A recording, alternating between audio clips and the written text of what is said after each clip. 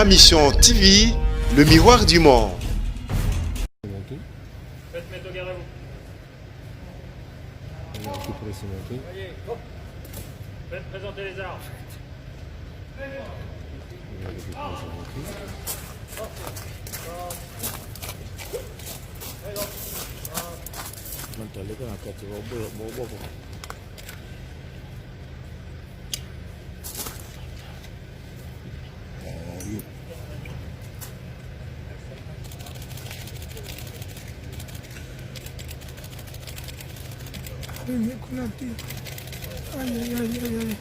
Il accompagne. Il casse tout. Il casse tout. Non, ça va aller. Faites les photos. Faites les photos.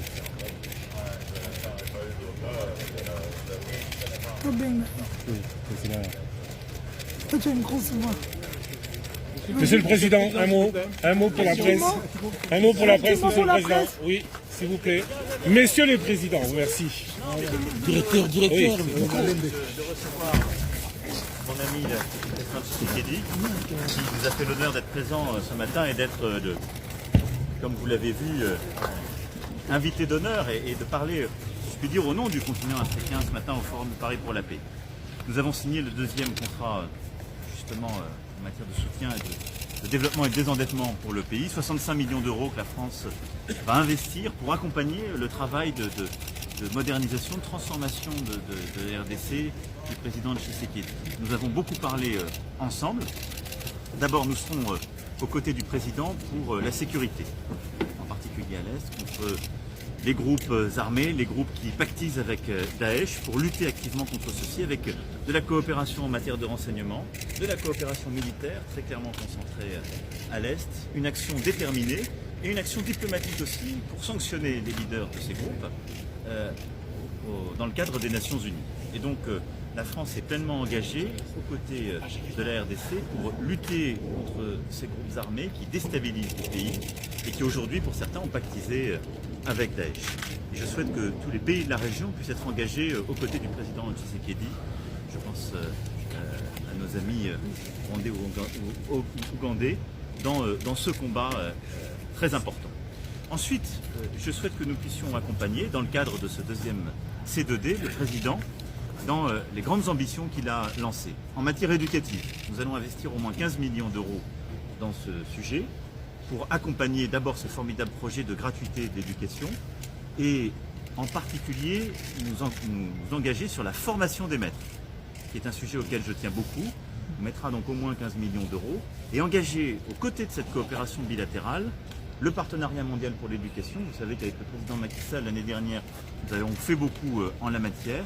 Et donc pour engager très fortement aussi le partenariat mondial aux côtés de la RDC, qui a un vrai défi démographique, 2 à 3 millions de jeunes à former chaque année, il nous faut être là.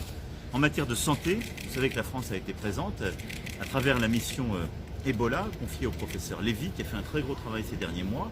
Il continuera, au-delà de ce qui a été engagé, 75 millions d'euros, et un très gros travail technique, scientifique. Il continuera à être présent et nous déploierons cette feuille de route dans les prochains mois, partenariale, à la fois d'urgence mais aussi de coopération scientifique et de stabilisation du système de santé et la stabilisation, la reconstruction du système de santé dans toutes les régions aux côtés du président Tshisekedi est un point pour nous très important. En matière d'agriculture, en matière d'énergie, en matière d'environnement, un travail formidable est fait sur la forêt. La France a accru, comme vous le savez, ces derniers mois, son implication dans l'initiative dite CAFI. En matière de numérique, le président se rendra à Station F. Je souhaite qu'il soit un acteur important de Digital Africa. En matière de francophonie, nous sommes les 2 premiers pays de la francophonie. Là aussi, nous multiplierons les actions concrètes pour nous réinvestir très fortement et la France sera au soutien des initiatives prises par le président. Voilà le partenariat, si je puis dire, à la fois bilatéral et régional que je souhaite renforcer avec le président. Il reviendra au mois de juin prochain pour le sommet Afrique-France avec là aussi beaucoup de sujets que je souhaite mettre à l'honneur en matière culturelle, en matière linguistique, intellectuelle, politique, en matière de ville durable aussi, qui nous permettront de poursuivre cela et je me rendrai ensuite moi-même son invitation en RDC. Mais je suis très heureux que le président ait passé ce temps à Paris et que nous ayons ainsi redéfini, après la visite en mai dernier du ministre Le Drian, les bases fortes d'un partenariat renouvelé. À quand le voyage du président Emmanuel Macron à Kinshasa? Écoutez, je l'ai dit, mais c'est à l'invitation du président, mais ce sera dans la deuxième moitié de 2020. Dans quel domaine, le président Macron vient d'en parler, dans quel domaine la France peut vous aider? Là, il l'a dit, il a tellement bien étayé que je ne vois pas ce que je vais rajouter d'autre. Il y a plusieurs domaines que nous avons balayés et je suis heureux de voir la France revenir en pointe là-dessus. Et je le lui avais dit, je tenais à le lui dire, je veux que la France soit beaucoup plus présente en ce moment en Afrique. Ça fait partie de vos objectifs de votre tournée européenne, d'obtenir cette aide. Oui, absolument. Jusqu'où va-t-elle aller? Parce qu'on parle d'aide ou de coopération. Comment vous ressentez les De choses? coopération. Je préfère le terme coopération. Pourquoi ça? Mais évidemment, dans la coopération, il y a de l'aide. La coopération, c'est de l'amitié. Et un ami qui a certaines faiblesses, on lui vient en aide. Mais je préfère le terme coopération. La France avait aidé la RDC dans le domaine sécuritaire en formant notamment de policiers. Est-ce que cette On va question poursuivre, mais comme raconter moi je partage totalement cette philosophie de coopération, de donner la possibilité d'agir. Quand un ami a des difficultés, on l'aide, mais c'est lui qui agit. Je veux dire, le peuple, les dirigeants de la RDC, ils veulent agir pour eux-mêmes. Le rôle de la France, c'est de les aider à le faire. Et donc c'est aussi pour ça que quand je vous parle d'éducation, je vous parle de formation des maîtres. Quand je vous parle de coopération, c'est coopération en matière de renseignement, de formation, des policiers mais aussi des militaires pour l'Est. Et c'est mettre en situation, justement, ce qu'ils veulent de faire. Voilà. Merci à vous. Oui, ce midi.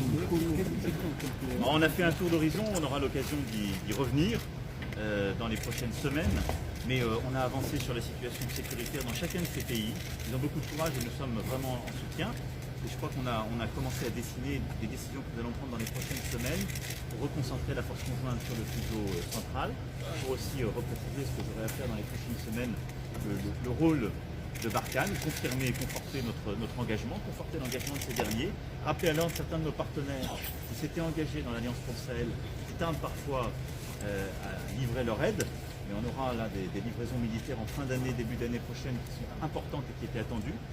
Et puis, je crois qu'on a clarifié notre objectif premier, lutter contre les groupes terroristes sans ambiguïté, nulle part, et consolider vraiment le rôle des administrations et des États. À cet égard, on a une bonne discussion sur Kidal, où là, je souhaite vraiment redire très clairement que Kidal, c'est le Mali et l'État malien. À Kidal, c'est le drapeau malien, l'administration malienne. J'ai entendu parfois des messages contraires et je préfère le dire ici très clairement. On a eu une très bonne discussion tous ensemble. Et donc, je sais que le président Keïta enverra dans les prochaines semaines à Kidal le Premier ministre. C'est une très bonne décision qu'il a prise. Moi, je souhaitais rappeler en tout cas que c'est son administration. La République démocratique du Congo est le deuxième pays d'Afrique par la taille, avec 2,3 millions de kilomètres carrés, et avec 80 millions d'habitants, c'est le quatrième par la population. En ce qui concerne ses immenses ressources minérales, estimées à environ 24 billions de dollars américains, le Congo est considéré comme l'un des pays les plus riches, sinon le plus riche du monde. Il possède 10% des gisements de cuivre du monde, 30% des diamants et 70% de tous les gisements de minerais de fer.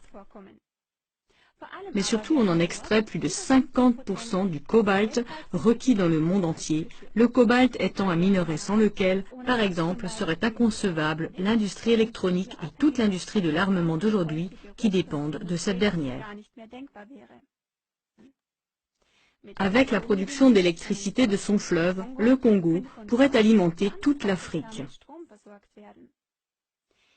Il souligne que la République démocratique du Congo est actuellement le plus grand fournisseur de cobalt du monde. Presque toutes les voitures, ordinateurs, téléphones portables ou autres appareils électroniques contiennent du cobalt du Congo.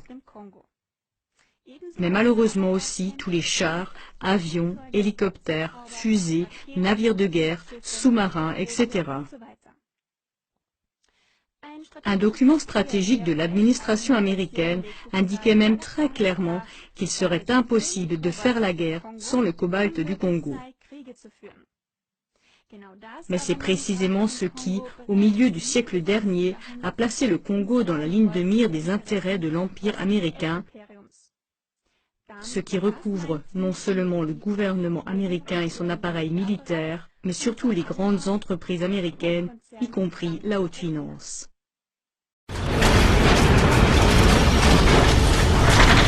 Ma mission TV, le miroir du monde.